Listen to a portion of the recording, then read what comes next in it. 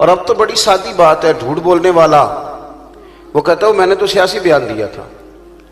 اور اس قدر زیادہ نیچے اتر آئے لوگ سچ کے مسئلے میں، اس قدر زیادہ کہ ایک آدمی سپورٹ کر رہا ہے ایم این اے صاحب کو، امیدوار صاحب کو وہ سپورٹ کر رہا ہے، اس نے اپنی جیب سے فلیکسیں بھی بنوائی ہیں، فوٹو بھی لگوائی ہے، اپنے گھر کے سامنے دفتر بھی بنایا ہے، کرسیاں بھی لگوائی ہیں، جلیبیاں بھی نکلتی ہیں روز، سارے کام ہو رہے ہیں. اور یہاں دل پہ اس کی فوٹو والی اس نے تصویر بھی لگا رکھی ہے، بڑا پکا سپورٹر ووٹر ہے.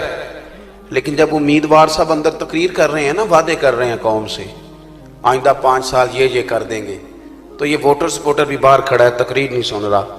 کسی نے پوچھ لیا صاحب اندر جاؤ، بیان سنو، تقریر سنو، آپ کا امیدوار تقریر کر رہا ہے، تو وہ کہتا ہے جھوٹ بول رہا ہے، سارے کرنا کرانا تو ہے کچھ نہیں، اس نے جھوٹے وعدے کر رہا ہے.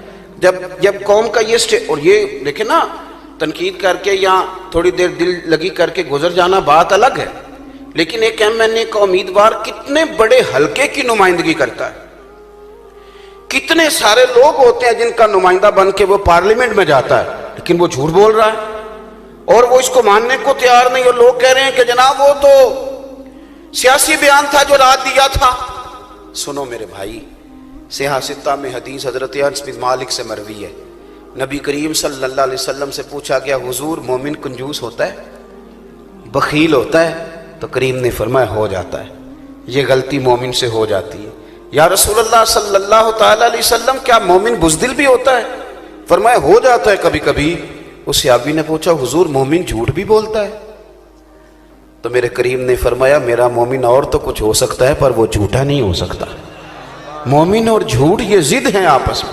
لیکن یہاں لوگ آپ یقین کریں ایسے ہی جو مرضی من میں آیا، اللہ ماشاءاللہ ہمارے مذہبی سٹیجوں پہ بھی آپ کی طبیعت جس بات کو تسلیم نہیں کر رہی، آپ نے باوضو ہو کے ممبر پہ وہ بات کر کیسے دی؟ آپ کی طبیعت اور آپ کا ضمیر جس پر اطمینان نہیں رکھتا تھا، آپ کو خود انشراح صدر نہیں تھا، کہاں سے آپ حوصلہ لائے اس بات کو کر دینے کا؟ سچ بولنا، سچی بات کرنا اور دیانتداری کے ساتھ، یہ اخلاق حسنہ کا پہلا سبق ہے جو رسول پاک نے دیا. اور میں آپ کو بتاؤں اب تو اتنا برا حال ہو گیا ہے کہ بیوی شوہر سے مطالبہ کرتی ہے، وہ کہتی ہے تو پیسے تھوڑے دیا کر، جوڑا بھی ایک کی کافی ہے مجھے گرمی سردی میں، لیکن سچ تو بولا کرنا. تو بتاتا یہ ہے کہ میں سائیول جا رہا ہوں، پہنچ تو لاہور جاتا ہے، جھوٹ تو نہ بول. عدم اعتماد ہو گیا. اور میاں بیوی کا رشتہ پیسوں سے نہیں چلتا، اعتماد سے چلتا ہے. اعتماد ہی نہیں ہے. ماں کہتی اب بیٹے سے کہ پتر کو 2-4 ہی سچ بول لیا کر، سچی بات کرنا، دیانت. اور پھر ایک بات عرض کروں، سچ بولنے والا بندہ خود بڑا مطمئن رہتا ہے، وہ دعوے تھوڑے کرتا ہے، وعدے کام کرتا ہے، اور وہ جو کہتا ہے نا وہ کرنے کی پوزیشن میں ہوتا ہے. اس لیے لوگ اس پر اعتماد کرتے ہیں، لوگ اسے کمزور نہیں سمجھتے، ایسا نہیں سمجھتے کہ یہ تو کر دیتا ہے بات. دیکھو نبی پاک صلی اللہ تعالی علیہ وسلم کی نبوت کی خبر حبشہ پہنچی.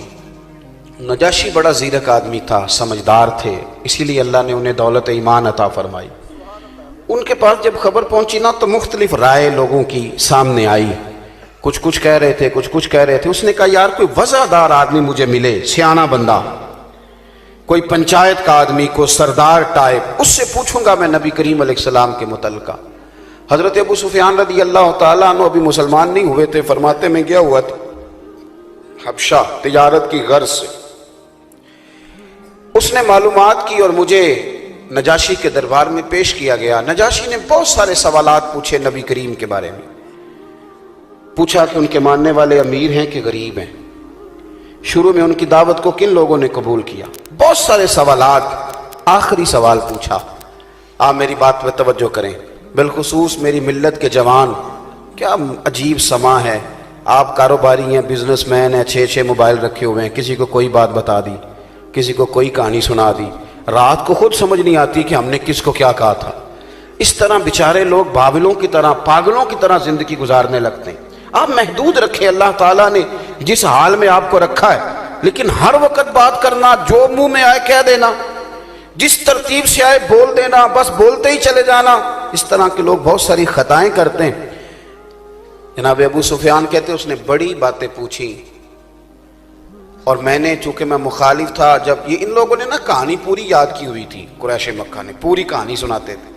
کہ دیکھیں جی ہم اطمینان سے رہ رہے تھے، انہوں نے جی، اور یہ ایموشنل کرنا تو ہر آدمی کا کام ہوتا ہے نا، لوگ جذبات شامل کرنے کی کوشش کرتے ہیں، اس نے بھی کوشش کی، دیکھیں جی وہ ہمارے ابا کو گمراہ کہتے ہیں، وہ ہمارے دادا کو گمراہ کہتے ہیں، وہ ہمارے سارے بڑوں کو کہتے ہیں، بڑی کہانیاں سٹوریاں، گھروں میں لڑائی کرا دیا جی، ایک بھائی کسی عقیدے کا انہوں نے دوسرے کو مسلمان کر دیا، انہوں نے تو ہمارے غلام ہم نے پیسے دے کے خریدے تھے باغی کر دیے، یہ ساری کہانیاں سناتے تھے جہاں جاتے تھے، کہتے ہیں وہ پوری میں نے طے کر کے بات سنائی۔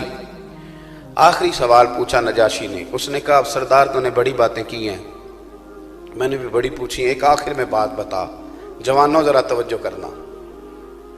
نجاشی کہتا ہے یہ بتاؤ جنہوں نے دعوی نبوت کیا ہے کیا کبھی انہوں نے جھوٹ بھی بولا ہے؟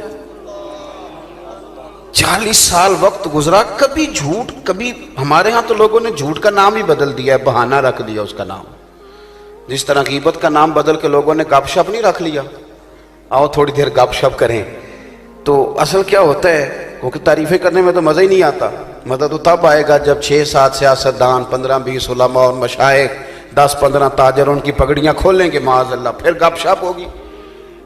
کہا کیا کبھی جھوٹ بھی بولا ہے؟ اللہ اکبر۔ ابو سفیان کہتے ہیں 1 منٹ کے لیے میں نے کہا کہ کہہ دوں بولا ہے، پھر میرے اندر سے آواز آئی کہ تو سردار ہو کے یہ بات کرے، عرب کی وزاداری کے خلاف ہے۔ پھر ابو سفیان کہتے ہیں دوسرا خیال میرے ذہن میں یہ آیا کہ ابو سفیان تو نے جادوگر کہے تو شاید معاذ اللہ کوئی مان جائے، تو نے شاعر کہے تو شاید معاذ اللہ تیری بات پر کوئی توجہ دے۔ او جوانوں، ابو سفیان کہتے ہیں میں نے کہا کہ انہوں نے کبھی جھوٹ بولا ہے، یہ تو کوئی مانے گا ہی نہیں، یہ تو بات اتنی روز روشن کی طرح عیا ہے، کوئی بندہ مکے میں، کوئی ان کو جاننے والا یہ نہیں مانے گا کہ مدینے والے جھوٹ بولتے۔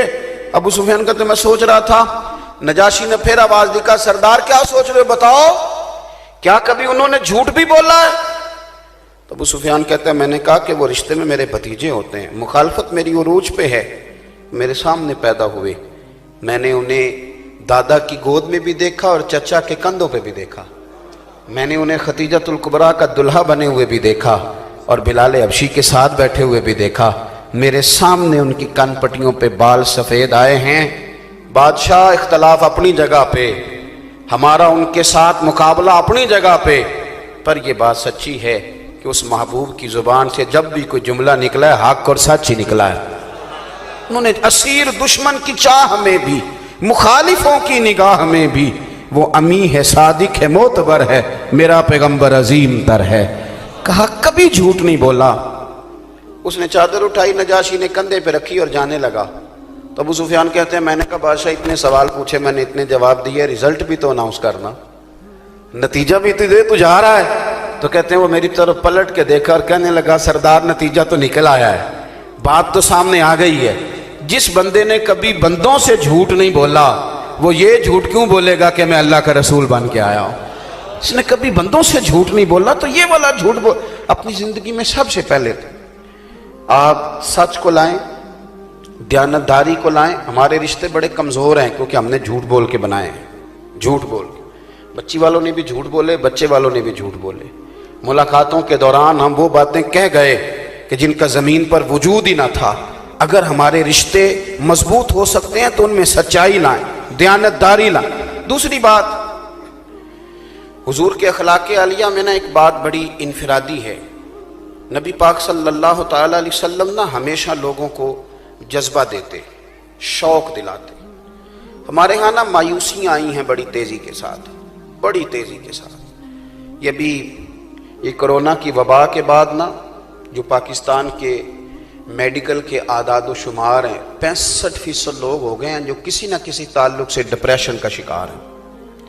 کوئی گولی کھا کے سوتا ہے رات کو، کوئی چڑچڑا ہو گیا ہے، کسی کے مزاج میں تلخی آ گئی ہے، کسی سے آپ کلام کریں تو وہ پتہ نہیں کس قدر زیادہ پریشان ہے، جانے کس عمر میں جائے گی یہ عادت میری، اور اٹھنا اس سے تو اوروں سے الجھتے پھرنا، اللہ جانے کس کا غصہ لوگ کس پہ نکال رہے ہیں۔ ایک عجیب سا ماحول کے اندر گھٹن آئی، کیوں؟ مایوسی معاذ اللہ بڑی ہے، بڑی، اور کچھ مایوسیاں پھیلانے والے بھی، او جی غریبوں کا کچھ نہیں ہو سکتا، وہ چھوڑیں جی جس کے پاس پیسے نہیں اس کا کون بنتا ہے، روز ایک نیا فکرہ، ایک نیا، ایک میرے دوست ہیں تو رکشا چلاتے ہیں، پیچھے لکھوا دیا سب مایا ہے، سب دولت کا چکر ہے۔ میں نے ایک دن بلایا، میں نے کہا یار یہ بتا کہ آپ کی اماں نے جو آپ کو دودھ پلایا تھا تو پیسے لیے تھے؟ آپ کے ابا نے جوانی آپ کے نام کر دی تو پیسے لیے تھے؟ کیا بات کرتے ہیں آپ؟ کیوں آپ یہ کہتے ہیں کہ ساری دنیا لالچی ہے؟ آپ کیوں اس طرح کے رویے بناتے ہیں کہ جس سے ماحول کے اندر گھٹن پیدا ہو، مایوسی؟ ایک کالم نویس نے ایک دن کالم لکھ دیا پاکستان میں اور قومی سطح کے اخبار میں، اس نے کہا جی ایک گاؤں میں چودھری فوت ہو گیا تو بچے نے اپنی غریب کے بچے نے اپنی دادی سے پوچھا اب چودھری کون بنے گا؟ تو دادی کہنے لگی اس کا بیٹا۔ تو اس نے کہا اماں اگر وہ بھی فوت ہو گیا تو کہا اس کا بیٹا، تو اگر وہ بھی انتقال کر گیا؟ تو دادی کہنے لگی پتر سارا پنڈ مار جائے تو چودھری نہیں بننے لگا۔ میں نے ان کو فون کیا، تھوڑا بہت رابطہ رہتا ہے کسی تعلق سے، خط و کتابت، تو میں نے انہیں کہا کہ آپ نے غلط بات لکھی ہے، یہ بات بالکل درست نہیں ہے۔ کس نے آپ کو کہا کہ غریب کا بچہ چودھری نہیں بن سکتا؟ میں دکھاتا ہوں نا آپ کو، بنے ہوئے غریبوں کے بچے چودھری، ہاں میں نے دیکھے ہیں بنے ہوئے، میں نے دیکھے ہیں غریب کا بچہ مینیجر ہے اور چودھری کے بچے نے نہیں پڑھا تو وہ دروازے پہ گن مین ہے۔ یہ آپ کو کس نے بتایا؟ قوم کو مایوس کر رہے ہیں آپ بچوں کو اور ہماری آنے والی نسل کو بتائیں کہ اٹھ باندھ کمر کیوں ڈرتا ہے، پھر دیکھ خدا کیا کرتا ہے۔ حضور عزم کا درس دیتے حوصلے کا۔ کس نے کہا ہے مایوسی ہے؟ کون کہتا ہے؟ کہاں مایوسی؟ یہ تو ہم چونکہ ایک طبیعت ہے ہماری، بہت سارے لوگ ہیں جن کا مزاج ہے کچھ نہیں۔ میں ملک سے باہر تھا تو ایک صاحب مجھے کہنے لگے جی پاکستان کا بڑا برا حال ہے، علماء کی بڑی پریشانی ہے، مشائخ کی، سیاستدانوں کی، قوم بڑا لڑتی ہے۔ میں نے کہا آپ نے باہر بیٹھ کے کون سی اینک لگا لی؟ آپ کو کیسے پتا چلا؟ اگر علماء کچھ نہیں کر رہے تو کبھی آپ نے کوئی ایسی مسجد دیکھی ہے جس میں آج مولوی نہ ملا ہو، جمعہ نہیں ہوا؟ علماء پڑھاتے ہیں تو خطیب تیار ہوتے ہیں نا۔ کبھی رمضان میں آپ کو ایسی جگہ ملی ہے کہ جہاں مسجد تو ہو اور تراویح پڑھانے کے لیے حافظ موجود نہ ہو؟ بلکہ بعض حافظوں کو مسجد نہیں ملتی قرآن شریف سنانے کے لیے۔ کیسی بات کر رہے ہیں؟ اور جہاں تک میری ملت کا تعلق ہے، ان لوگوں کا آپ نفسا نفسی والا کہتے ہیں۔ جب پاکستان میں کچھ سال پہلے زلزلہ آیا تھا نا، تو جس اماں نے اپنی جہیز کی رضائی نکال کے ابھی تک استعمال نہیں کی تھی، وہ بھی اس نے زلزلے والوں کو دے دی تھی۔ یہاں سیلاب آتا ہے تو وہ بیٹی جس نے سلائی مشین پر بیٹھ کے اپنا جہیز بنایا ہوتا ہے، خود محنت کر کے، وہ بھی کہتی ہے ابا میں 2 کپڑوں میں چلی جاؤں گی لیکن یہ سیلاب والوں کو دے دو۔ آپ کیا بات کرتے؟ ابھی بھی ایک بزرگ کو خون کی ایک بوتل کی ضرورت ہو تو 13 نوجوان لائنوں میں کھڑے رہتے ہیں۔ تم نے غلط کہا ہے کہ یہ فلاں صوبے والوں کا، یہ فلاں سیاسی جماعتوں کا صوبہ ہے، یہ فلاں سیاسی، نہ غلط بات ہے۔ یہ جو سندھ ہے یہ حضرت عبداللہ شاہ غازی کا صوبہ ہے اور پنجاب داتا علی اجویری کا صوبہ ہے۔ یہ صوفیاء کی دھرتی ہے، یہ حضرت بابا فرید الدین مسعود گنج شکر کا علاقہ ہے۔ کیا بات کرتے ہیں آپ کیوں قوم میں مایوسی پھیلا رہے ہیں؟ تازہ دم بات کریں، تازہ سنو حدیث پاک بخاری مسلم میں ملے گی۔ حضرت سلمان فارسی رضی اللہ تعالیٰ عنہ فرماتے ہیں جنگ خندق کے موقع پر شدید غربت کا عالم تھا اور مسلمان دفاعی محاذ پر جنگ لڑ رہے تھے۔ خندق کھودی جا رہی تھی، چوڑی خندق کھودیں گے، آگ جلائیں گے تاکہ کفار حملہ آور نہ ہو سکے۔ غربت کا یہ عالم تھا کہ پیٹ پر پتھر باندھے ہوئے۔ حضرت جابر ابن عبداللہ رضی اللہ تعالیٰ عنہ کان میں آ کے عرض کرتے ہیں حضور میں نے نا آپ کے چہرے پہ نکاہت دیکھی ہے ظاہری، تو حضور 8-10 بندوں کی روٹی ہے تشریف لے آئیں۔ تو حضور نے فرمایا سارے ہی چلو بھائی، سارے ہی چلو۔ کہتے میں گھر دوڑا، بیوی سے جا کے کہا حضور تو سب کو لے کے آ رہے ہیں۔